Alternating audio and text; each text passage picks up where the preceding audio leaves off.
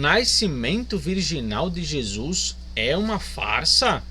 Bom, pessoal, esse vai ser o tema do vídeo de hoje.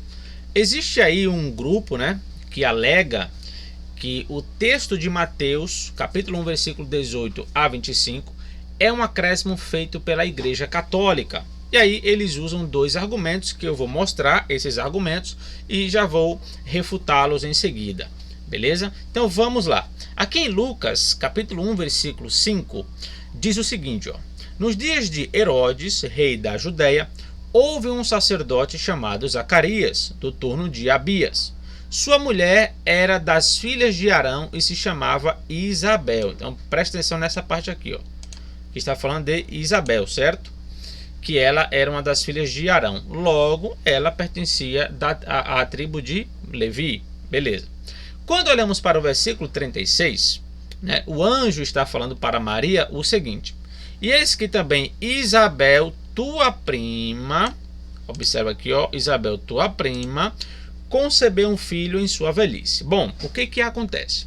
Esse grupo alega que Maria era prima de Isabel. Isabel era da tribo de Levi. Então Maria também era da tribo de Levi. Como é que Jesus ele era da tribo de Judá se ele não tinha um pai biológico e Maria era de outra tribo? Como que se explica isso? Então esse é um dos motivos que eles acreditam que a passagem do nascimento virginal é uma farsa. E aí eles argumentam em cima desse termo aqui, tá? Esse é o termo em que se argumenta, certo? Mas será que de fato isso aqui procede? Bom, o segundo argumento que eles usam é que a passagem de Mateus, capítulo 1, versículo 18 em diante, é apenas essa passagem só aparece em manuscritos do século IV. Você não tem essa passagem em manuscritos anteriores, tipo século III, século II. Esse é o argumento deles. Então, como essa passagem mais antiga existe no século IV, então ela foi um acréscimo feita pela Igreja Católica, provavelmente no Concílio de Nicéia. Mas será que de fato isso procede? Bom, claro que não. Eu vou mostrar aqui manuscritos mais antigos do que o século IV, atestando o nascimento virginal. E também vamos responder nessa questão aqui sobre prima, que isso aqui também é outra falácia. Mas, antes que eu comece a comentar sobre isso, peço que você se inscreva neste canal se você não é inscrito, deixe o seu like e compartilhe se você puder e quiser. Aqui nós temos, deixa eu subir aqui mais um pouquinho que ficou aqui agora. Essa aqui é a página do meu Instagram, caso você queira seguir, o link está aqui na descrição. Aqui está o contato do meu WhatsApp, caso você queira entrar em contato comigo e caso você tenha vontade de fazer um curso de grego bíblico do Novo Testamento, pegando do básico ao avançado, você pode entrar em contato comigo, beleza? E também temos um curso de hebraico bíblico que está aqui neste canal na parte de membros. Então, caso você queira fazer parte aí, é só você assinar o nível 2. Quando você clica na parte de seja membro aqui, você tem a opção 1, 2 e 3. Então, nessa segunda opção é onde está o curso de hebraico. Você paga apenas R$20 mensais, um valor extremamente simbólico, tá? E automaticamente você tem acesso aos conteúdos que estou postando lá do nível 1, que estamos falando sobre o livro do Apocalipse, tratando versículo a versículo em suas variantes textuais que temos lá, beleza? Então é isso aí, vamos lá para o conteúdo. Mas antes eu não posso deixar de mencionar aqui a minha matéria de crítica textual do Novo Testamento. Caso você queira adquiri-la, essa matéria tem 232 páginas, com mais de 100 páginas só sobre variantes textuais do Novo Testamento, beleza? Então é isso aí, vamos lá para o conteúdo de hoje. Bom, pessoal, o que acontece? Primeiro eu quero trazendo aqui uma resposta sobre os manuscritos, tá? Que eles alegam que não tem manuscrito ali do século antes do século IV, sobre a passagem lá de Mateus. Bom, aqui nós temos, por exemplo, o Códex Vaticano, tá? Que é um códex ali do século IV, certo? Esse texto, esse manuscrito, ele tem Mateus 1, 18, 19 e 20 e ele continua até o versículo 25, certo? Então esse códice ele traz, mas eles dizem que foi um acréscimo, né, feito por Roma, né, que Roma acrescentou ali no Concílio de Nicéia, tá? Bom, vamos lá para o segundo texto, que é esse aqui, ó. Esse aqui é o Codex Sinaíticos, né, manuscrito muito famoso, Mateus 1:18, né, vai até aqui, ó, 1:25, já começa o capítulo 2, tal ali, tudo certinho, também traz ali o texto, e também temos o manuscrito ali, o Frerianus, tá? 1:18, 1:19, né? E aqui você tem a continuação, né, que está na outra página, 20, 21, 22, ou seja, ele traz também a passagem, né, que fala ali sobre o nascimento virginal.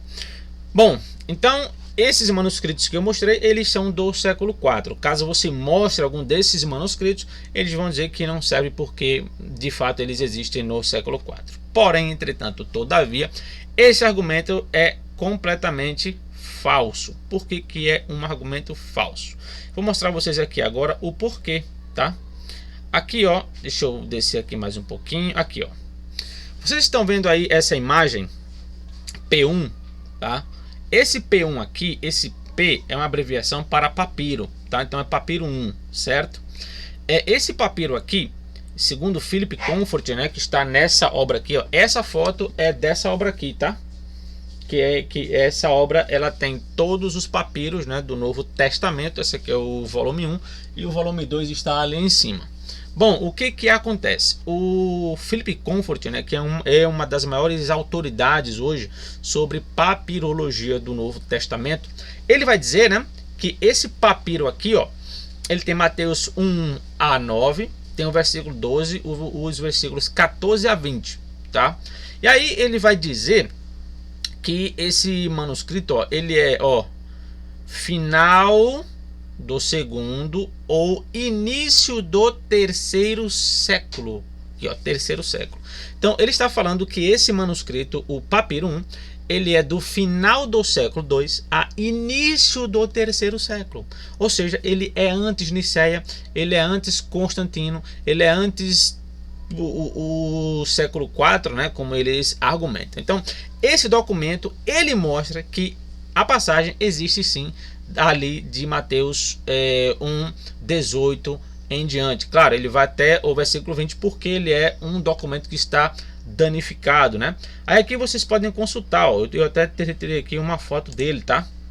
Ó, versículo 17, 18, 19 e 20. Veja que ele, mesmo ele tendo aqui, ó, alguns, né, algumas palavrinhas danificadas, ainda dá pra gente notar o versículo 20 inteiro aqui. Então quer dizer, o versículo 18, 19 e 20 são os três principais versículos que falam ali do nascimento virginal. E esse documento do século 3, ele atesta essa passagem. Final do século 2 a início do século 3, tá? Então quer dizer, esse documento ele já refuta essa ideia de que o texto foi criado lá no Concílio de Nicéia. Não tem nada a ver com Nicéia, tá? E muitos outros documentos, né, em traduções antigas, como Copta e tal, também trazem a passagem sem nenhum problema. Ou seja, o texto está muito bem atestado manuscritologicamente. Uma coisa é você dizer, eu não acredito. Beleza, eu não vou discutir a sua crença. Mas outra coisa é você dizer que foi criado em Nicéia, né, sem prova nenhuma, tá? Então vamos lá. Falando agora sobre Lucas 1:5, né, e Lucas 1:36, sobre o termo prima, né, que eles argumentam que se Isabel é da tribo de Levi e ela é prima de Maria, então Maria também é. Não, isso é completamente falso, né? Isso está completamente errado. Por quê? Primeiro que esse termo aqui, ó, songenis, né, que está no caso nominativo, né, prima, traduzido como prima, algumas versões colocam como parente, tá?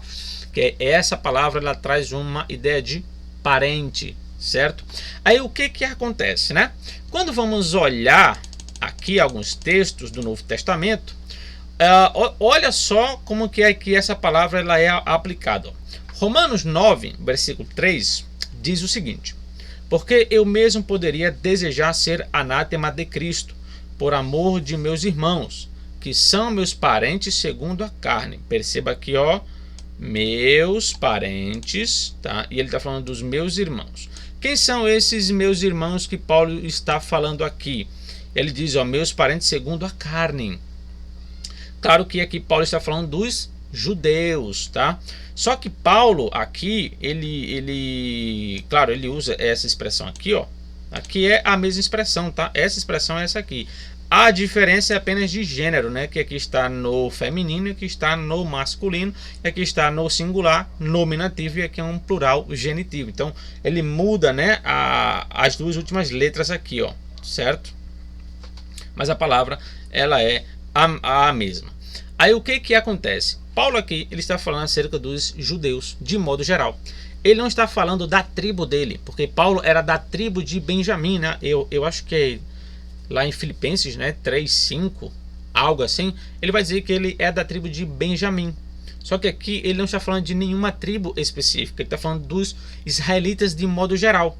O que acontece? Esse termo aqui, ele não indica que duas pessoas sejam ali da mesma tribo. Por quê? Porque ele é um termo que ele abrange o sentido, né? Porque assim, como as tribos fazem parte, elas vêm de uma única fonte, que é Jacó, certo? Então, de Jacó saíram todas as tribos, então todas as tribos têm um parentesco em si, certo? Então, é logicamente, totalmente possível que duas pessoas de tribos diferentes sejam parentes por causa de tribo, né? Aí, esse aqui é um ótimo exemplo, né? Paulo aqui ele não está falando de uma tribo específica, certo? Agora vamos olhar aqui outro texto. Esse texto aqui de Lucas 2:44 fala o seguinte: pensando, porém, está ele entre os companheiros de viagem, foram caminho de um dia e então passaram a procurá-lo entre os parentes e os conhecidos. Aqui está falando de Maria e José, certo? Que eles foram lá para o templo, né? E Jesus também foi. Só que aí, né? Jesus ficou entre os mestres lá e eles voltaram. Aí depois eles se tocaram que Cristo não estava ali e eles voltaram para procurá-lo. Então José e Maria, o texto diz que eles estavam procurando entre os parentes. Aí eu pergunto a vocês: será que José e Maria estavam procurando apenas nas suas tribos? Olha, se for da tribo de Judá ou de Levi, vocês procurem. É óbvio que não, né? Já que tinha uma multidão ali, é claro que eles iriam procurar por todas as pessoas, até porque o texto diz entre os parentes e os conhecidos, ou seja, eles estavam procurando por toda parte, tá? Então o termo parentes, que no caso aqui é esse aqui, ó, os parentes. A escrita é diferente daqui, pessoal, porque isso aqui está num dativo, não um dativo plural, tá? Então ele muda, né? A forma, mas a palavra é a mesma. Então aqui, quando se usa essa expressão parentes, não quer dizer que é da mesma tribo, não tem nada a ver com a mesma tribo. Podem ser de tribos diferentes sem nenhum problema. Além do mais, se nós formos observar a questão da Torá, olha só o que lá em Números 36, versículo 6 em diante diz: é isto que o Senhor ordena quanto às filhas de Zelofeade. Elas poderão casar-se com quem lhes agradar, contanto que se casem dentro do clã da tribo do pai delas. Nenhuma herança em Israel poderá passar de uma tribo para outra, pois todos os israelitas manterão as terras das tribos que herdaram dos seus antepassados. Toda filha que herdar terras em qualquer tribo israelita se casará com alguém do clã da tribo de seu pai, para que cada israelita possua a herança dos seus antepassados. Nenhuma herança poderá passar de uma tribo para outra, pois cada tribo israelita deverá manter as terras que herdou. Ou seja, se uma mulher ela herdasse terra em algumas das suas tribos, então ela tinha que casar com um homem da tribo dela. Ela não poderia casar com um homem de outra tribo para não misturar as heranças. Com isso, claro, isso aqui é uma hipótese, tá? Quem me garante que Maria não tinha terra? Quem me garante que Maria não tinha terra ou que ela não ganhou nada? Bom, vamos levantar a hipótese de que ela ganhou terra, certo? É uma hipótese. Se ela ganhou terra, então ela não poderia casar com um homem de outra tribo. E se José é da tribo de Judá, Maria também seria, logicamente. Se ela não ganhou terra, ainda assim eles poderiam ser da mesma tribo, né? Já que o casamento entre as tribos eram incentivados exatamente para o crescimento da própria tribo. Então, quer dizer, não tem nenhum texto que mostre Maria sendo da tribo de Levi. Não tem, tá? Então, o que nós concluímos? Primeiro, existe um texto antes de Niceia, como eu mostrei esse aqui, certo? Que está com base num papiro 1, que é esse aqui. Esse texto mostra que a passagem do nascimento virginal ele existe antes de Niceia, primeiro ponto. E o segundo ponto é que a palavra lá, parentes, não prova que é da mesma tribo, como eu mostrei em outras passagens, Paulo chamando os israelitas, de modo geral, de meus parentes, né? Então, ele não estava falando apenas com os da tribo de Benjamim, certo?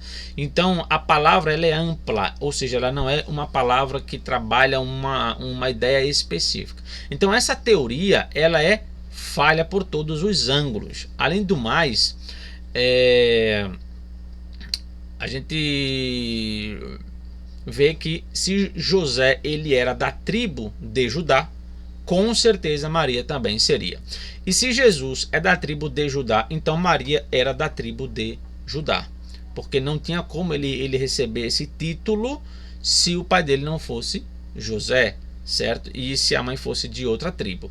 Então, como o pai dele não era José, só sobrou a mãe, então a mãe é a única que pode fazer essa linhagem, né? Porque aí ele nasceu de uma descendente de Davi, que foi Maria. Então, se Maria é descendente de Davi, Cristo sendo gerado dentro dela também seria, certo? Então é isso aí, pessoal, que Deus abençoe a todos. Esse foi o vídeo de hoje, espero que vocês tenham gostado e até o próximo vídeo.